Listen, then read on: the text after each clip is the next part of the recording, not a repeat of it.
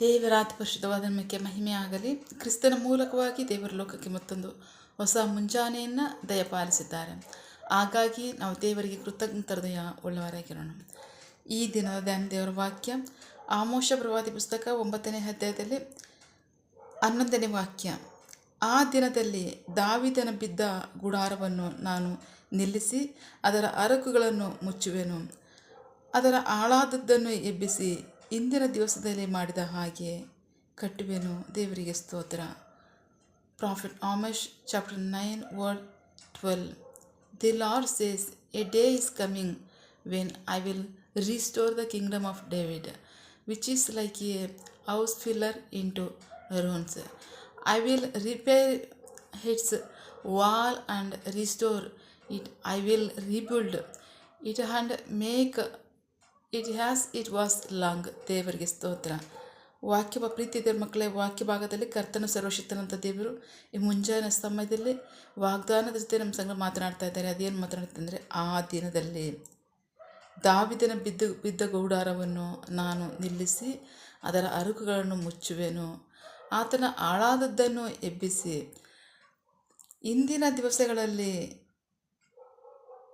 ಮಾಡಿದ ಹಾಗೆ ಕಟ್ಟುವೆನು. ದೇವರಿಗೆ ಸ್ತೋತ್ರ. ದೇವರು ಹೇಳ್ತಾ ಇದ್ದಾರೆ, ನಾನು ಕಟ್ತೇನೆ. ಏನನ್ನ? ದಾವೀದನ ಬಿದ್ದು ಹೋದ ಗುಡಾರವನ್ನು ನಾನು ತಿರುಗಿ ಕಟ್ತೇನೆ. ತಿರುಗಿ ನಾನು ಅದರ ರಿಪೇರಿ ಮಾಡಿ ಕಟ್ತೇನೆ. ಏನು? ದಾವೀದನ ಬಿದ್ದು ಹೋದ ಗುಡಾರವನ್ನು, ಅದರ ಗೋಡೆಗಳನ್ನೆಲ್ಲ ನಾನು ಕಟ್ಟಿ ಅರಕೆಗಳನ್ನೆಲ್ಲ ಮುಚ್ಚಿ ನಾನು ತಿರುಗಿ ಅದನ್ನು ಎತ್ತಿ ನಿಲ್ಲಿಸ್ತೇನೆ. ದೇವರಿಗೆ ಸ್ತೋತ್ರ. ಯಾವಾಗ ಅಂತ ಹೇಳ್ತಾರೆ ನಾವು ನೋಡೋಣ. ಅಪೊಸ್ತಲರ ಕೃತ್ಯ 15ನೇ ಅಧ್ಯಾಯ. ಇದಾದ ನಂತರ ನಾನು ಮರಳಿ ಬರುವೆನು, ಬಿದ್ದು ಹೋದ ದಾವೀದನ ಗೂಡಾರವನ್ನು ಕಟ್ಟುವೆನು, ಆಳು ಬಿದ್ದದ್ದನ್ನು ಜೀರ್ಣೋದ್ಧಾರ ಮಾಡಿ ಅದನ್ನು ಪುನರುಜ್ಜೀವನಗೊಳಿಸುವೆನು. ಹೀಗೆ ಉಳಿದಿರುವ ಜನರು ನನ್ನ ನಾಮವನ್ನು ಧರಿಸಿ ಅನ್ಯರು ಸಹ ನನ್ನನ್ನು ಹುಡುಕುವರು ಎಂದು ಇದನ್ನೆಲ್ಲ ಮಾಡುವ ಕರ್ತನು ಹೇಳುತ್ತಾನೆ ಎಂಬುದು ಆದಿಯಿಂದಲೇ ತಿಳಿದಿದೆ. ದೇವರಿಗೆ ಸ್ತೋತ್ರ. ಯಾವಾಗ ಅಂದರೆ ದೇವರು ಹೇಳ್ತಾ ಇದ್ದಾರೆ, ಅನ್ಯರು ರಕ್ಷಣೆ ಹೊಂದಿದ ಮೇಲೆ ನಾನು ಮಾಡೋದು ಅಂತ ಹೇಳ್ತಾರೆ. ಯಾಕೆ? ದೇವರಿಗೆ ವಿರುದ್ಧವಾಗಿ ತಿರುಗಿ ಬಿದ್ದು ದೇವರಿಗೆ ನೋವು ಕೊಟ್ಟು, ದೇವರಿಗೆ ಬೇಸರ ಕೊಟ್ಟ ನಿಮಿತ್ತವಾಗಿ ದೇವರು ವಾಗ್ದಾನ ಮಾಡ್ತಾರೆ, ನಾನು ಅನ್ಯರು ರಕ್ಷಣೆ ಹೊಂದಿದ ಮೇಲೆ ನಿಮಗೆ ಮಾಡ್ತೇನೆ ಅದನ್ನು ಅಂತ ಹೇಳ್ತಾರೆ. ದೇವರಿಗೆ ಸ್ತೋತ್ರ. ಓಕೆ, ಅದು ದೇವರ ಚಿತ್ತ. ಆದರೆ ದೇವರು ಹೇಳ್ತಾ ಇದ್ದಾರೆ, ದಾವೀದನ ಕಾಲದಲ್ಲಿ ಹೇಗಿತ್ತು? ದಾವೀದನು ಯುದ್ಧ ಮಾಡೇ ದೇಶವನ್ನು ಸ್ವಂತ ಮಾಡ್ಕೊಂಡಿದ್ನ, ದೇಶದಲ್ಲಿ ಸಮಾಧಾನ ಇಟ್ಟಿದ್ನ, ದೇಶವನ್ನು ಸ್ವಂತ ಶಕ್ತಿಯಿಂದ ಕಾಪಾಡ್ತಾನೆ? ಇಲ್ಲ, ಪರಾಕ್ರಮದಿಂದಾಗಲಿ ಬಲದಿಂದಾಗಲಿ ಅಲ್ಲ, ನನ್ನ ಆತ್ಮನಿಂದಲೇ ಅಂತ ಹೇಳ್ತಾರೆ. ನೀವು ಯಾವುದೇ ನಿಮ್ಮ ಶಕ್ತಿ ಬಲದಿಂದ ನೀವೇನು ಮಾಡಲಿಕ್ಕೆ ಸಾಧ್ಯವಿಲ್ಲ.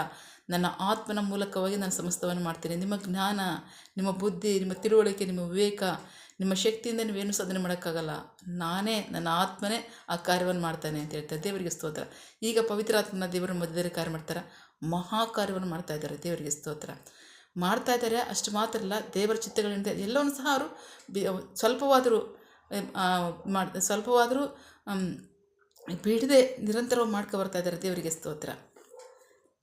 ಹಾಗಾಗಿ ದಾವೀದನ ಗುಡಾರವನ್ನು ತಿರುಗಿ ಕಟ್ತೀನಿ ಅಂತ ಅನ್ಬೇಕಾದ್ರೆ ಅವ್ರು ಹೇಳ್ತಾ ಇದ್ದಾರೆ ಕೀರ್ತನೆ 2ರಲ್ಲಿ, ರಾಷ್ಟ್ರಗಳು ವ್ಯರ್ಥವಾಗಿ ಒಳಸಂಚು ಮಾಡೋದೇನಕ್ಕೆ, ರಾಷ್ಟ್ರಗಳು ತಿರುಗಿ ಬೀಳೋದು ಏನಕ್ಕೆ ಅಂತ ಹೇಳ್ತಾ ಇದ್ದಾರೆ.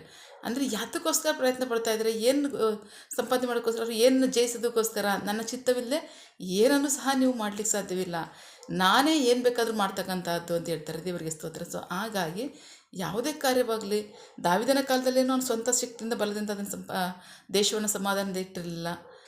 ಆ ಕಾಲದಲ್ಲಿ ದೇಶ ದೇವರ ರಕ್ಷಣೆಯಲ್ಲಿ, ಆದರಣೆಯಲ್ಲಿ, ಸಹಾಯದಲ್ಲಿ, ಸಮೃದ್ಧಿಯಲ್ಲಿ ಇರಲಿಲ್ಲ.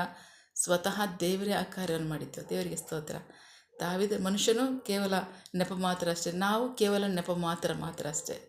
ಸರ್ವಶಕ್ತಿನೇ ಸಮಸ್ತವನ್ನು ಮಾಡುವತನಾಗಿದ್ದಾನೆ. ನಮ್ಮನ್ನು ತನ್ನ ಚಿತ್ತಕ್ಕಾಗಿ ಬಳಸ್ತಾನೆ ಅಷ್ಟೇ. ಆದರೆ ಮಾಡ್ತಕ್ಕಂಥವ್ರು ಯಾರಂದರೆ ಸರ್ವಶಕ್ತಿನೇ ಸಮಸ್ತವನ್ನು ಮಾಡುವತನಾಗಿದ್ದಾನೆ. ಸೊ ಹಾಗಾಗಿ ದಾವೀದನ ಕಾಲದಲ್ಲಿದ್ದಂತೆ ನಾನು ತಿರುಗಿ ಪುನಃಸ್ಥಾಪಿಸ್ಬೇಕಾದ್ರೆ ನಿಮ್ಮನ್ನು, ಆ ದಿನಗಳಲ್ಲಿ ಬಿದ್ದು ಹೋದ ದಾವೀದನ ಗುಡಾರವನ್ನು ನಿಲ್ಲಿಸಿ ಅದರ ಅರಕುಗಳನ್ನು ಮುಚ್ಚುವನು, ಅವನು ಹಾಳಾದದ್ದನ್ನು ಎಬ್ಬಿಸಿ ಇಂದಿನ ದಿವಸಗಳಲ್ಲಿ ಮಾಡಿದ ಹಾಗೆ ಕಟ್ಟುವೆನು. ದೇವರಿಗೆ ಸ್ತೋತ್ರ. ತಿರುಗಿ ನಾನು ಪುನಃಸ್ಥಾಪಿಸ್ತೇನೆ ಅಂತ ಹೇಳ್ತಾರೆ. ತನ್ನ ಜನರನ್ನು ಇಸ್ರಾಯೇಲನ್ನು ಯಾವಾಗ ಅಂದರೆ ಅನ್ಯರು ರಕ್ಷಣೆ ಹೊಂದಿದ ಮೇಲೆ ನಾನು ಮಾಡ್ತೀನಿ ಅಂತ ಹೇಳ್ತಾರೆ. ದೇವರಿಗೆ ಸ್ತೋತ್ರ. ಅದನ್ನೇ ಇವತ್ತು ಮಾಡ್ಬೋದು, ಇನ್ಯಾವತ್ತ ಬೇಕಾದ್ರೂ ಮಾಡ್ಬೋದು. ಇನ್ನು ವರ್ಷಕ್ಕೆ ಮಾಡ್ಬೋದು, ಇನ್ನು 10 ವರ್ಷಕ್ಕೆ ಮಾಡ್ಬೋದು, 100 ವರ್ಷಕ್ಕೆ ಮಾಡ್ಬೋದು, ಇನ್ನು 1000 ವರ್ಷಕ್ಕೆ ಬೇಕಾದ್ರೂ ಮಾಡ್ಬೋದು. ಆದರೆ ಅವರು ಹೇಳಿದ್ರು ಆ ಕಾರ್ಯಗಳು ಪ್ರಕಾರವಾಗಿ ಅನ್ಯರು ರಕ್ಷಣೆ ಹೊಂದ್ತಾ ಇದ್ದಾರೆ, ರಕ್ಷಣೆ ಹೊಂದ್ಕೋತಾ ಇದ್ದಾರೆ. ದೇವರು ಯಾವತ್ತು ಬೇಕಾದರೂ ಈ ಕಾರ್ಯವನ್ನು ಮಾಡ್ಬೋದು, ಅದು ಅವರು ಇಷ್ಟ. ಆದರೆ ಅದಕ್ಕೋಸ್ಕರ ನಾವು ನಿರೀಕ್ಷೆ ಮಾಡ್ತಕ್ಕಂಥದ್ದು ಬೇಡದಲ್ಲಿ ನಮ್ಮ ಕಾರ್ಯವಾಗಿದೆ. ದೇವರಿಗೆ ಸ್ತೋತ್ರ. ನಾವು ಪ್ರಾರ್ಥಿಕೊಳ್ಳೋಣ. ಸಕಲ ಸೃಷ್ಟಿಕರ್ತನೇ, ಸರ್ವಾಧಿಕಾರಿಯ, ಸಾರ್ವಭೌಮನೇ, ಉನ್ನತನೇ, ಮಹೋನ್ನತನೇ, ಮಹಾಪರಿಶುದ್ಧನೇ, ಪ್ರೀತಿ ಸ್ವರೂಪನೇ, ನೀತಿವಂತನೇ, ಅಧಿಪತಿಯೇ, ಸೇನಾಧೀಶ್ವರನೇ, ಇರುವಾತನೇ, ಸರ್ವವ್ಯಾಪಿ ಸಪ್ಪ. ಇದನ್ನೇ ವಾಕ್ಯಗಳ ಮೂಲಕವಾಗಿ ನಮ್ಮ ಸಂಗಡ ಮಾತಾಡ್ತೇವೆ. ಪ್ರೀತಿಗಾಗಿ ನಂಬಿಗಸ್ತಿಗೆ ನಿಮಗೆ ಸ್ತೋತ್ರ. ನೀವು ವಾಗ್ದಾನ ಮಾಡ್ತಾಯಿದ್ದೀರಿ ಮುಂಜಾನೆ ಸಮಯದಲ್ಲಿ, ನಾನು ಬಿದ್ದೋದಂಥ ದಾವೀದನ ಗುಡಾರವನ್ನು ನಾನು ನಿಲ್ಲಿಸಿ ಅದರ ಹರಕುಗಳನ್ನು ಮುಚ್ಚುತ್ತೇನೆ, ನಾನು ಅದರ ಆಳಾದನ್ನು ಎಬ್ಬಿಸಿ ಇಂದಿನ ದಿವಸಗಳು ಮಾಡಿದ ಹಾಗೆ ನಾನು ಮಾಡ್ತೀನಿ ಅಂತ ಹೇಳ್ತಾರೆ. ನಂಬಿಗಸ್ತನ ದೇವರೇ, ನಿಮಗೆ ಕೋಟಿ ಕೋಟಿ ಸ್ತೋತ್ರ. ನಿಮ್ಮ ಚಿತ್ತವೇ ನಡೀಲಿ. ನಿಮ್ಮ ಚಿತ್ತ ನಿರಂತರವಾಗಿ ಮಾಡ್ತಾ ಇದ್ದೀರಾ, ಮಾಡಿ ಎಲ್ಲ ಮಹಿಮೆ, ಘನ, ಗೌರವ ನಿಮಗೆ ಸ್ವಂತವಾಗಲಿ. ನಿಮ್ಮ ಕಾರ್ಯಗಳು ನಡೀಲಿ. ಆಮೇನ್. ಪ್ರಾರ್ಥನೆ ಕೇಳಿದ ಪ್ರೀತಿಗಾಗಿ ನಿಮಗೆ ಸ್ತೋತ್ರ. ಆಮೇನ್. ನಿನ್ನ ಜನರು ಕೈ ಮಾಡ್ತಕ್ಕಂಥ ಕೆಲಸವನ್ನು ಆಶೀರ್ವದಿಸು, ಅವರ ಅವಶ್ಯಕತೆಗಳನ್ನ, ಅಗತ್ಯಗಳನ್ನ ಪೂರೈಸು, ಕೊರತೆಗಳನ್ನ ನೀಗಿಸು. ಆಮೇನ್. ಯಾವ ಕಾರ್ಯದಲ್ಲಿ ಅವರು ನಿರೀಕ್ಷೆ ಒಳಗಾಗಿದ್ದಾರೆ ಆ ಕಾರ್ಯದಲ್ಲಿ ತಕ್ಕ ಸಮಯದಲ್ಲಿ ಚಿತ್ತಾನುಸಾರವಾಗಿ ಅದನ್ನು ಹೊಂದ್ಕೊಳ್ಳಿ. ಆಮೇನ್. ನೀವು ಹಾಗೆ ಮಾಡೋ ಪ್ರೀತಿಗಾಗಿ ನಂಬಿಗಸ್ತಿಗೆ ನಿಮಗೆ ಸ್ತೋತ್ರ. ನಮ್ಮ ಪ್ರಾರ್ಥನೆ ನೀವು ಕೇಳಿದ್ದೀರಾ, ಅದರಂತೆ ನಡೆಸಿರೋದಕ್ಕಾಗಿ ಸ್ತೋತ್ರ. ನಮ್ಮ ಪ್ರಾರ್ಥನೆಯನ್ನು ನಮ್ಮ ರಕ್ಷಕನಾದ ಯೇಸು ಕ್ರಿಸ್ತರ ಅತಿ ಪರಿಶುದ್ಧವಾದ ನಾಮದಲ್ಲಿ ಪ್ರಾರ್ಥಿಸಿ ನಿಮ್ಮ ಪಾದಗಳು ಸಲ್ಲಿಸಿ ನಾವು ಬೇಡುವಂತಿದ್ದೇವೆ ನಿಮ್ಮ ಜೀವಳ ತಂದೆ. Amen. God bless you all. ದೇವರು ತಾನೇ ದಿನ ವಾಕ್ಯಗಳ ಮೂಲಕವಾಗಿ ನಮ್ಮ ಸಂಗಡ ಮಾತನಾಡಿದ್ದಾರೆ, ನಮ್ಮನ್ನು ಆಶೀರ್ವದಿಸಿದ್ದಾರೆ. ಆಮೇನ್. All the best.